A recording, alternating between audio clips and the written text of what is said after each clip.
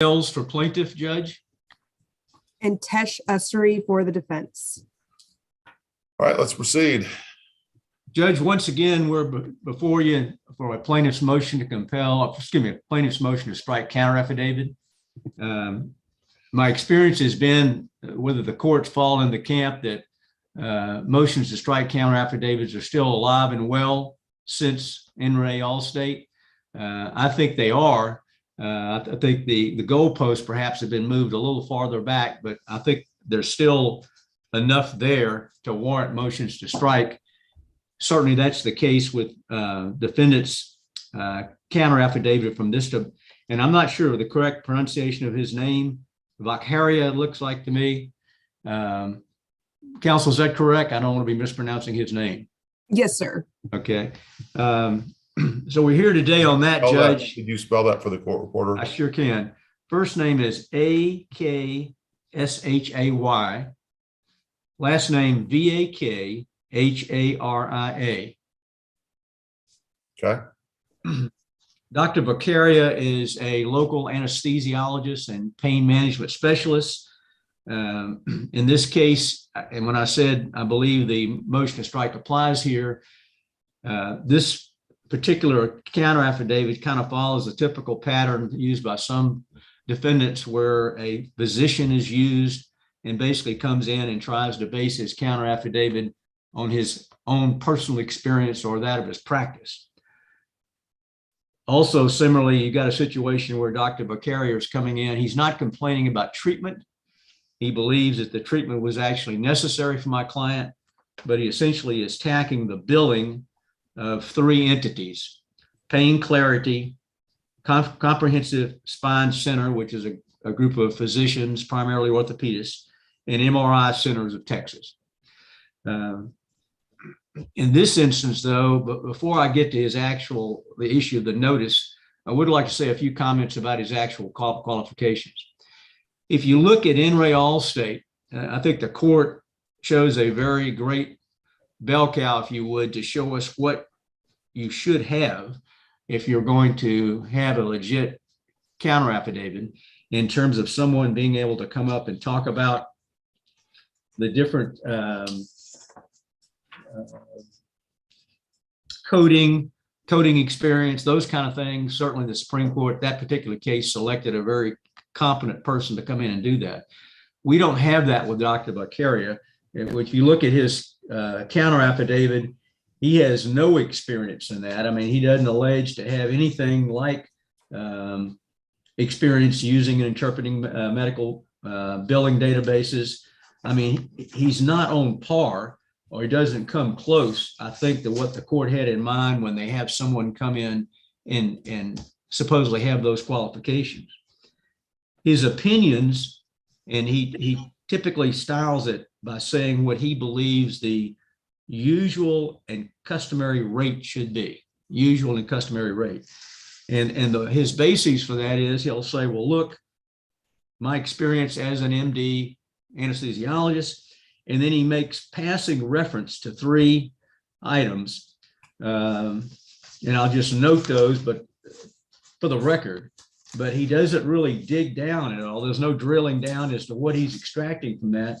He just references Physicians Fee Reference Guidebook, Fair Health Consumer Database, as well as the American Society of Interventional Pain Physician Fee Schedule Database, and a PS card prescription fee database. So he throws these things out, but he doesn't tell you what data did he get from them? How did he use this data?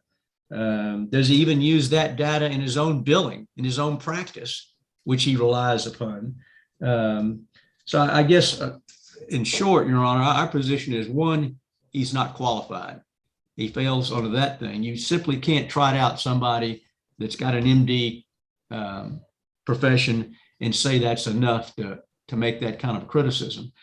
And secondly, it's not enough to simply say this is my own practice and reference these things. There's still a fair notice requirement here, even after In re Allstate.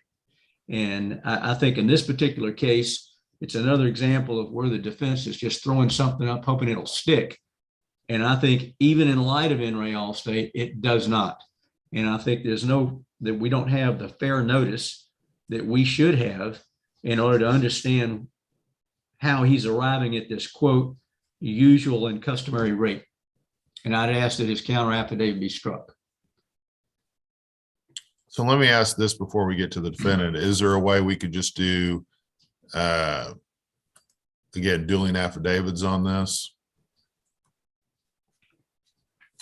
Judge, I would prefer not. I mean, I think this just isn't a valid counter affidavit, even under in re Allstate. And again, I, as a plaintiff's lawyer, I acknowledge, as I said earlier, I think the Supreme Court certainly pushed the goalpost back a little bit. In my mind, they made it easier for a counter affidavit to be filed. And certainly I see those where at least there's been some effort beyond coming up with an MD. They got to do something. But this is kind of like what we saw pre-in re Allstate. It was this reliance on a degreed professional saying, my experience says this. That didn't work in re Allstate, and I don't think that works post in re Allstate.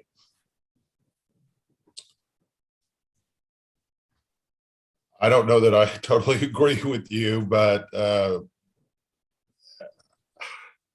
I agree that I don't think it completely kills the ability to do counter affidavit or to strike counter affidavits, but it calls into, I had regularly struck these auditors and billing clerks that used to be used and was much more willing to take a doctor as a counter affiant. I think the in re Allstate is pretty broad.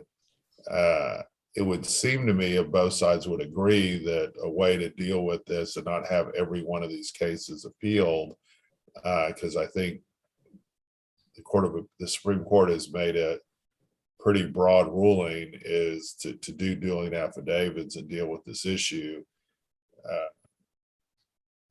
But I'll let Ms. Ussery respond, I guess.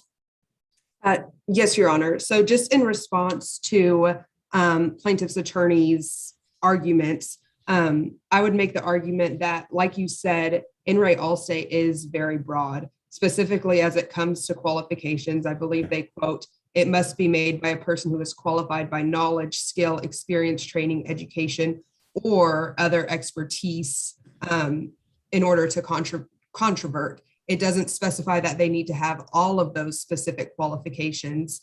So simply having that knowledge or experience, which I think it's clear here that Dr. Vicaria does have that. He's been practicing medicine for over 40 years. He's been a practicing MD for over 25 years, specifically in the same area of medicine as the bills that he reviewed for this case.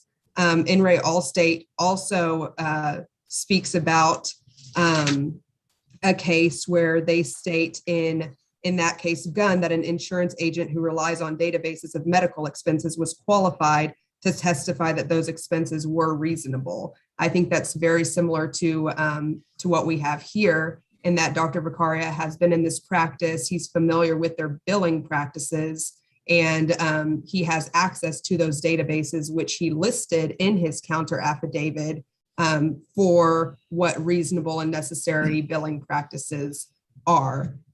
Further, I'd add that there is fair notice regarding where he got his information regarding what those reasonable charges would be. He lists those databases. He also specifies which charges he finds to be unreasonable.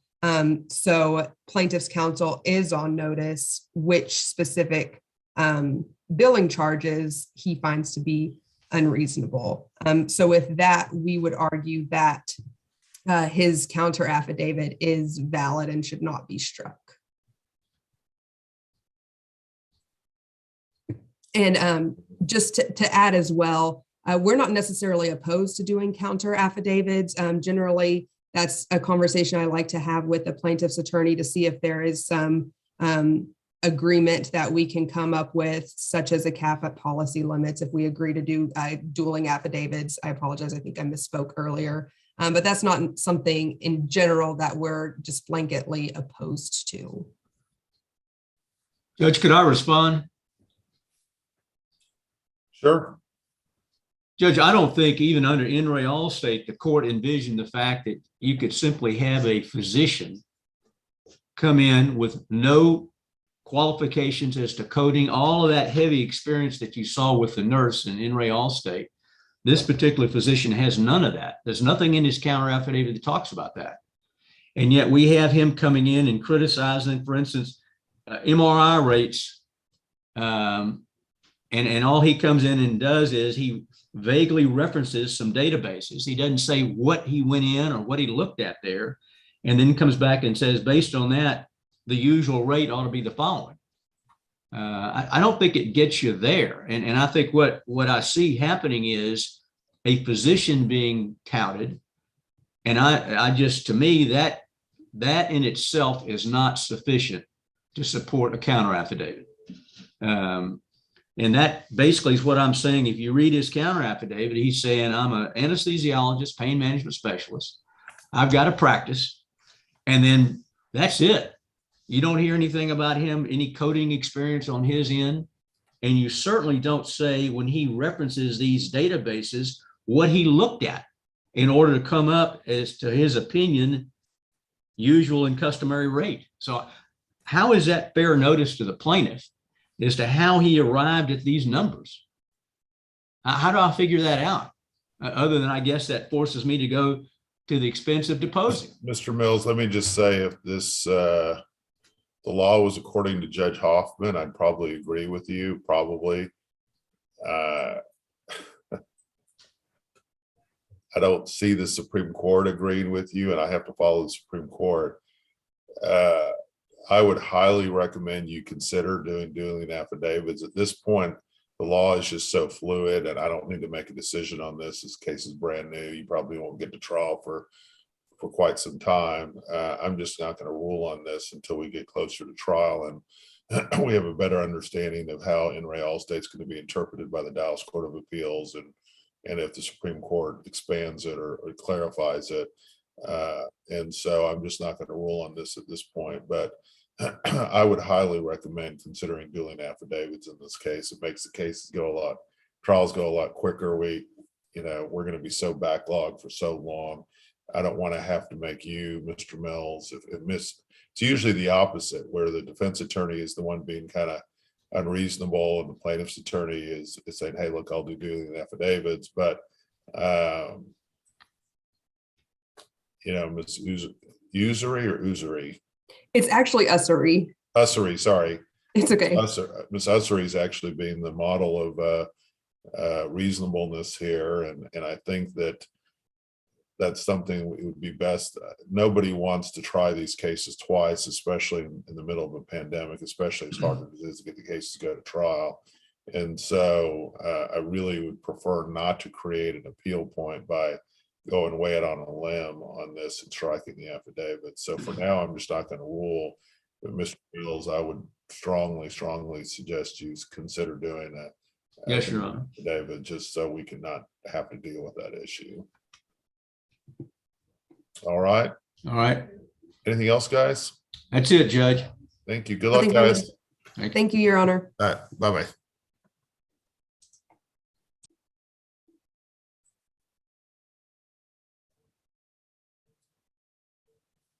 Okay, do we have everyone here on the hearing? For the minor prove up, Your Honor? Yes. I believe so, Your Honor. Let me see, both sides are here. Okay, and I have the order here.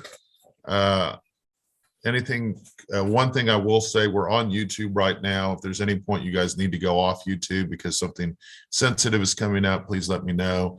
Everybody, I just want to remind you to use the minor's initials, not their name. We'll go ahead and get started on cause number DC 219587. Vincent B. Progressive Mutual Insurance Company. Counsel, make your appearances. Matthew Masick for the plaintiffs, Your Honor. Robin Masurlian or Robin Ivy for defendant Progressive. Good morning, Your Honor. Melody Armstrong, guardian ad litem for minor plaintiffs. Let's go ahead and proceed. All right, thank you, Your Honor. I please the court, counsel. Your Honor, like I said, my name is Matthew Masick. I represent the plaintiffs in this case. And make a long story short, Your Honor, just a quick recap. This is a motor vehicle accident that occurred on March the 2nd of 2020. My client and her mother were in a vehicle traveling on I-45. They were hit by an uninsured motorist, and we made an uninsured motorist claim. We settled on the minor's claim, a CV, for the policy limits of their UM claim, or excuse me, the UM policy, as well as we collected the PIP of $2,503 and the UM policy of $30,007. My client CV underwent treatments, which her mother, Michelle, will testify to here in a minute. But basically, that's what we're here to do. We're asking the court to grant the settlement. And at this time, I'd like to call my witness, Michelle Vinson. Ms. Vinson, please raise your right hand. Do you swear or affirm the testimony you're about to give shall be the truth, the whole truth, and nothing but the truth? Yes, Your Honor. You may proceed. Thank you, Your Honor. All right, Ms. Vinson, how are you doing today? I'm good. How are you? I'm doing well, thank you. We're here today to ask the court to approve the settlement on behalf of your daughter, CV. Is that correct? Correct. Yes. And what is your relationship to her? Mother. And does she currently live with you? Yes. And are you the current caretaker for your daughter, CV? Her father and I, yes. Okay. And you heard me a few minutes ago briefly explain what happened on March the 2nd of 2020. Is that correct? Yes. And as I said, you were involved in a motor vehicle accident, as was your daughter, with an uninsured motorist. Is that correct? Yes. And from what I understand, your daughter CV was injured in this accident. Yes. And she was transported by ambulance to the ER facility. Is that correct? Yes. Okay. And she was examined and then released. She was not admitted. Yes. And then on the 11th, on the 17th of March, she then started chiropractic treatment. Is that correct? Yes. And I believe the chiropractor diagnosed her with, she complained of headaches, bilateral neck pain, as well as low back pain, mid back pain, injury to her shoulders, as well as muscle spasms. Is that correct? Yes. And she started treatment there at the chiropractic clinic. Yes. And then she was referred out for an MRI. Is that correct? For her neck? Yes. And I believe that showed that she had some bulging discs. And then she was also having, the headaches were continuing, correct? Yes. And then she was treated by Foundation Physicians of Pain Management. I believe she had an occipital nerve block. Is that correct? Yes. Yes. And from what I understand, the nerve block was successful and helped resolve part of her headaches. Is that correct? Yes. And then it looks, according to my records, that her last date of treatment was July 16th of 2020. So she treated for about 4 months. Is that correct? Yes. Okay. And overlooking the medical records, it looks like by that time, the injuries that she complained of, for the most part, had all but subsided. Is that correct? Yes. And at the time of the accident, CV was covered by Texas Medicaid. Is that correct? Yes. And the emergency physicians, as well as the ER bill, was paid by Medicaid. Is that correct? Yes. Now, she was transported by ambulance, which their bill was $1,332.50. They chose, from what I can see, not to bill Medicaid. And we sent them a demand to accept $300, which was, I believe, is the customary Medicaid amount that they would have been reimbursed if they had billed Medicaid. And that is what we've agreed to pay them for this trip. Is that correct? Yes. And Your Honor, I will also tell you that I did send notice of this hearing to the ambulance company by a green card return receipt. I did receive the green card showing that they did receive notice. but I've never been able to receive any response from them. It's just so the court's aware of that. And regarding the chiropractic treatment, that bill was $11,974, which they have agreed to reduce down to $4,500. The Prime Diagnostic MRI for $2,921 was reduced down to $800. Foundation's Physicians Group for their treatment was $4,378.23. They reduced down to $1,500. And then Medicaid has the reimbursement certification of $209.39. Do you understand? We went over these numbers, correct, Ms. Vinson? Yes. And you understand as the parent, you are responsible for paying any outstanding medical expenses, correct? Yes. Okay. You also understand that there's any future medical expenses that you are also responsible for those up until the age that she turns 18, correct? Yes.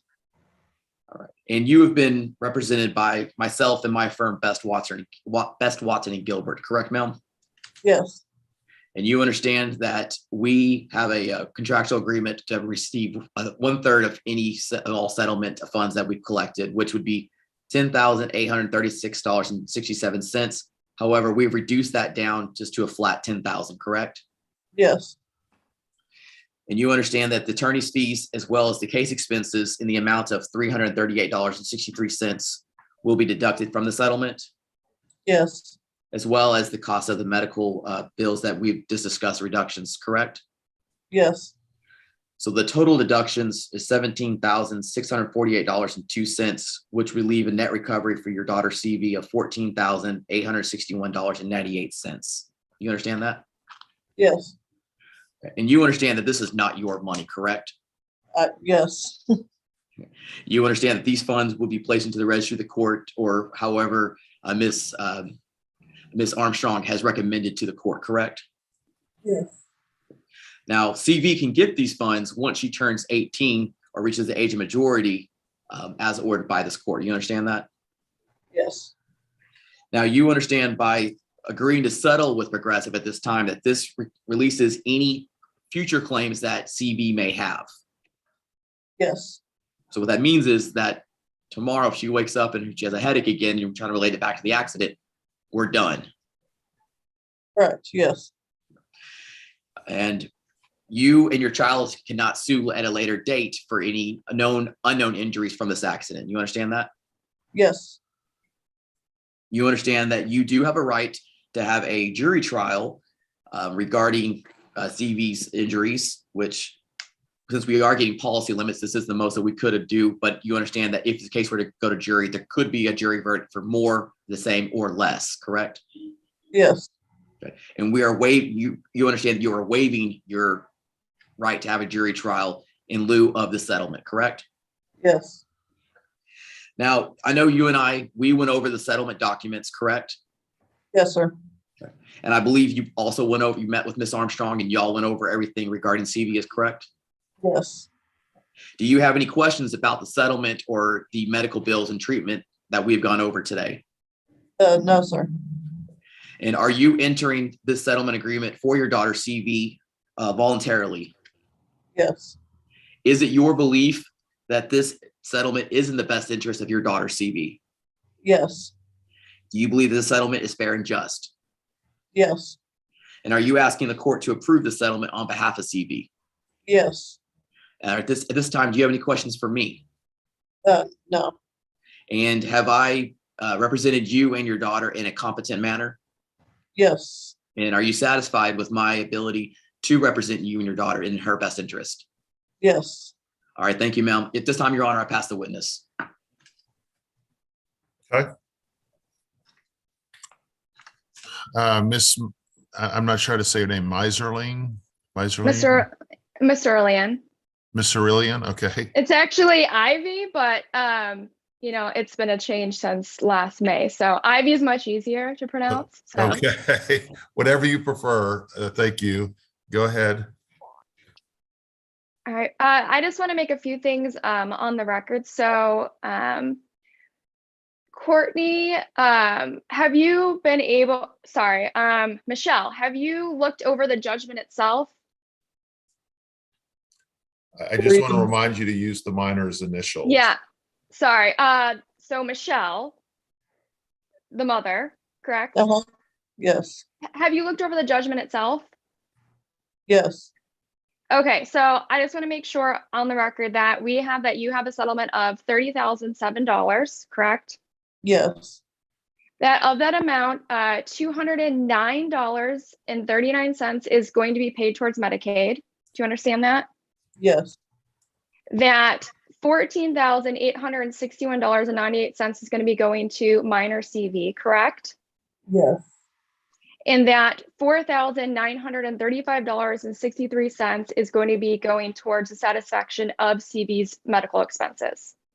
yes, Okay. And then also, as your attorney said, $10,000 is going to be going towards your attorney fees. yes. Okay. I can pass the witness. Mr. Armstrong, do you have some questions? Yes, Your Honor, may I proceed? You may.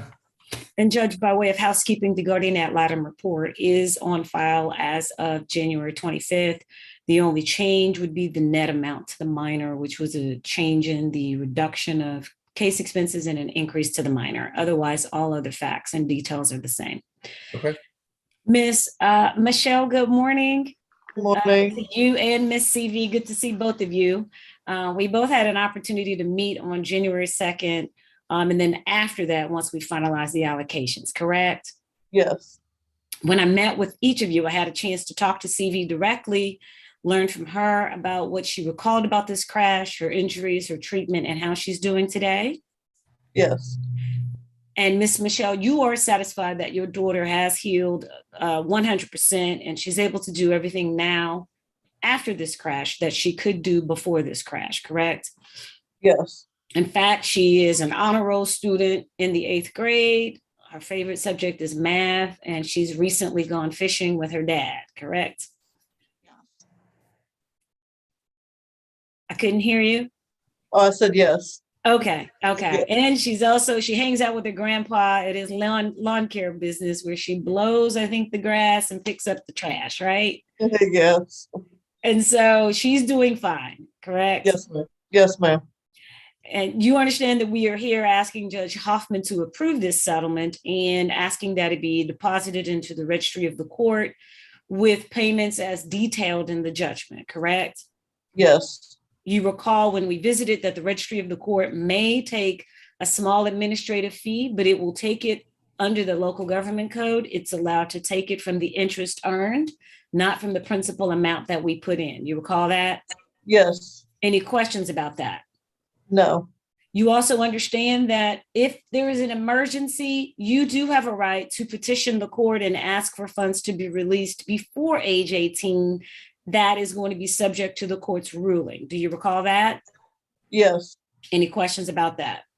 no, You understand that today is your day in court on behalf of your daughter, yes, and you are freely and voluntarily waiving your right to a trial either before the court or before a jury so that you can enter into this settlement agreement, correct?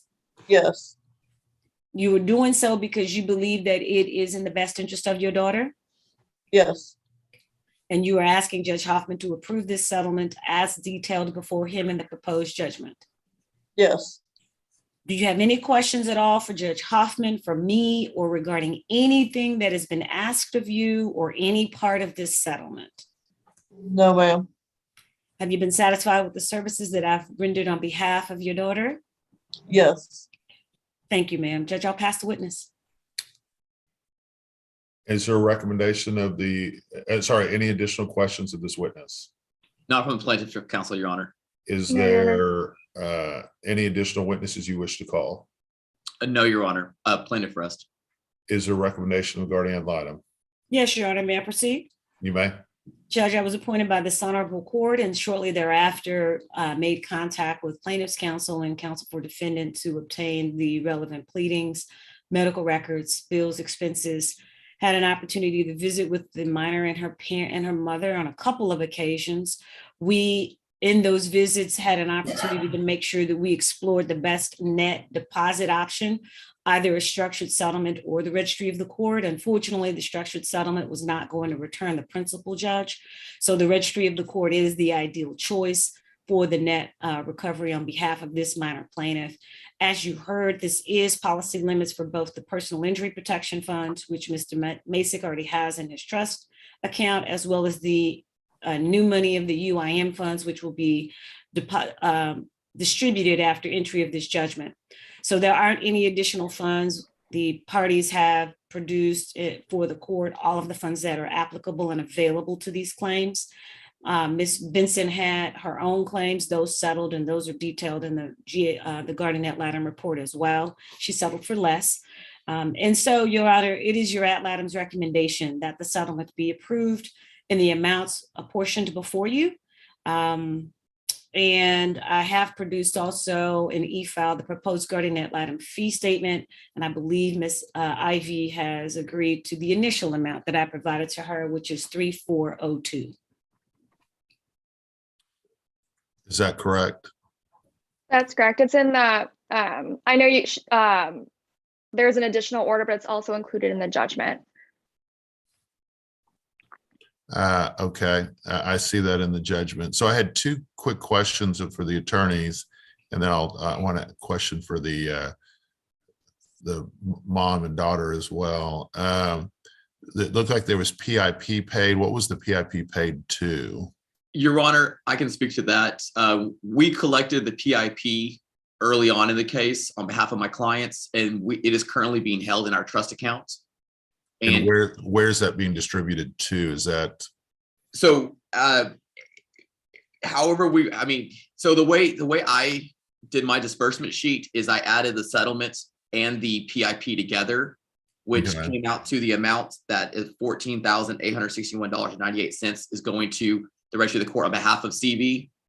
But if you prefer that we delineate that, it's take that amount solely out of the settlement, or however you wish we can do that, however the court's discretion. so? I want to make sure I understand what you're saying. So there's not a fee being taken off the 2,500. Correct, Your Honor. That is correct, Judge. The fee is only coming off of the UIM amount. Yes, Your Honor. And it's reduced off of the UIM amount as well. To 1/3. Well, Your Honor, we never charge more than 1/3. I actually reduced it down even below that for this case.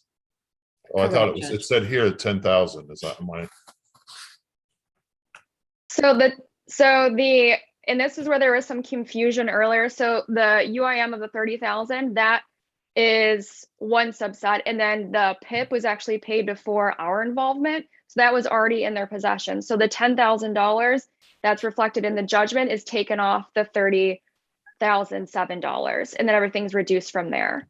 So that's why it's laid out in the judgment that way. Okay, so there is no fee being taken off the 2,500. And Correct. let me just look at the numbers here. Okay, yeah, that makes sense. 21. And I know that the way that counsel and the ad litem, they did it with the PIP included.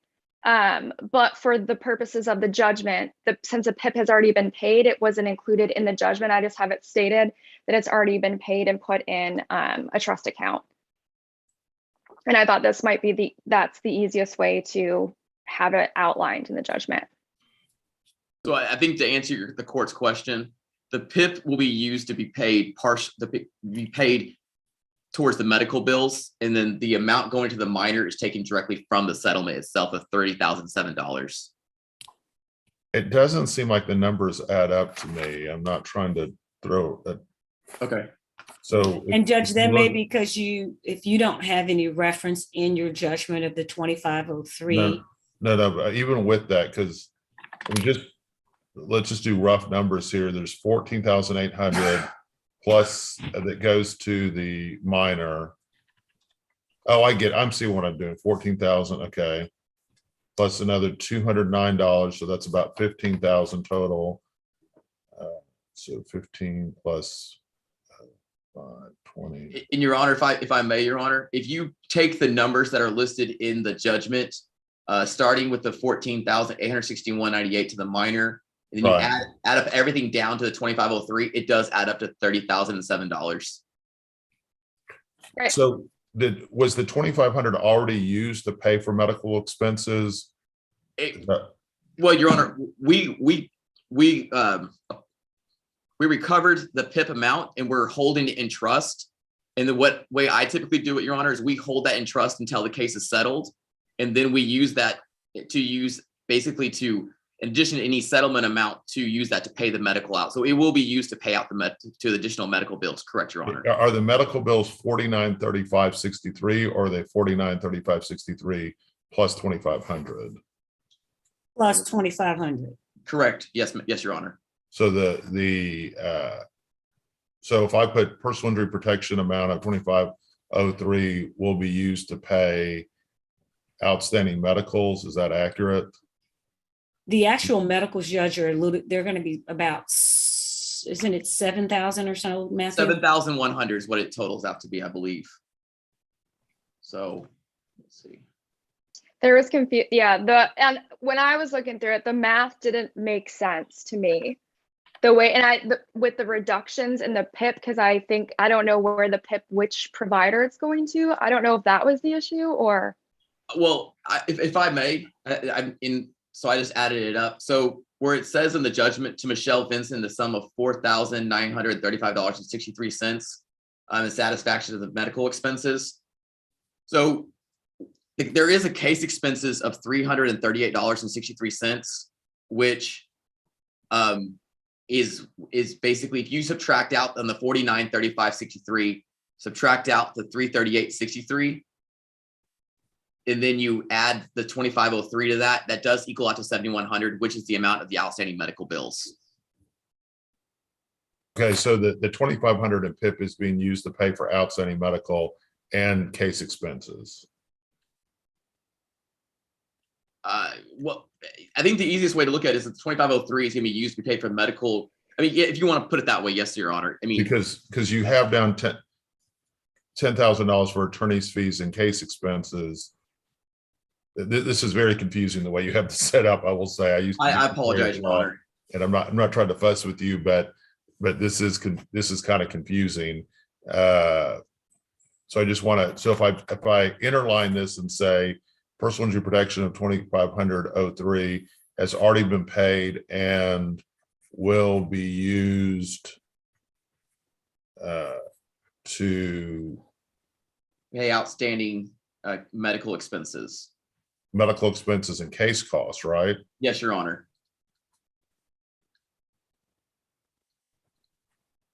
Okay. And I apologize, Your Honor. I should have made that correction, and I apologize that I did not. No, that's okay. And then there was a comment that was made. I just want to make sure that the amount in the judgment of 3,402 is what's been agreed to, correct? Yes, Judge. Okay, you said about the initial amount. I wasn't sure if that was the initial amount. So 3,402 is fine, and that's agreed to, Ms. Ivy? Yes. Okay. And I share your concern, Ms. Ivy. I find these numbers the way they did is very confusing, but now that he's explained it, it does make sense to me. But and then And Judge, I tried to break it out for you with all of those numbers in the guardian ad litem report. okay. I So- just have the judgment in front of me. All right. So the court will approve the guardian ad litem's recommendation. And You said you had a question for Miss Michelle. Yeah, Didn't Miss want you to Vincent, forget. did you have any questions for me? Miss Vincent, are you there? I think they're frozen. Oh yeah, they do look frozen. Would you like to build a snowman? That's good. I like that. That should be the new Zoom thing. When I'm you're going to quote you on frozen. that. I'm going to When say, you're frozen, you give me Michelle, can you points? hear did us? you like them? I can hear her. Okay. You were frozen for a second. Did you have any questions for me? No, sir, not this time. And is your daughter, the younger Miss Vincent? Are you? How are you feeling these days? Are you still having any pain or anything like that? No, sir. Okay. And have you noticed any continuing problems with her mom, Miss Vincent? No, sir. And do you want me to approve the settlement? Yes, sir. What one thing I will say that I remember now, my other question or comment, the one kind of unusual thing you have in here that that you might have an issue with the trust department, but I talked to them and they said it was okay, is that you're splitting up the payments, one when she turns 18 and one 6 months later. You want, the trust department said that was okay, but just be aware it's going to cause you to have to go down there twice to get the money. So Okay. just kind of be aware of that. But they did say it was okay. They told me that they could do that. So, all right. Any other questions, guys? No, Your Your Honor. Honor. Have a No, great Your Honor. weekend, Judge. And Miss Armstrong, I just wanted to introduce you briefly to my new intern. Hello, She's new here. intern. This is Ayana Brown. Hi, nice. Hello, Miss Brown. So- Cause y'all be down there next week, so I'll try to come by and see you and her. Oh, she's only coming in every other Friday, so she Oh, won't be here next well. Friday. So for in person, she's doing remote other days, but for in person every other Friday. So, but Okay. are you coming here or another court? I'll be in CC4 Okay. on the 2nd. What day is the 2nd? Wednesday? Okay. Yeah, we got to do an in-person hearing, so I'll try to Oh, come and see wow. you there. Okay. Well, nice to see you. Good to see everyone. Have a Nice great to meet weekend, you, everybody. and everyone else. And you guys have a great day. Okay.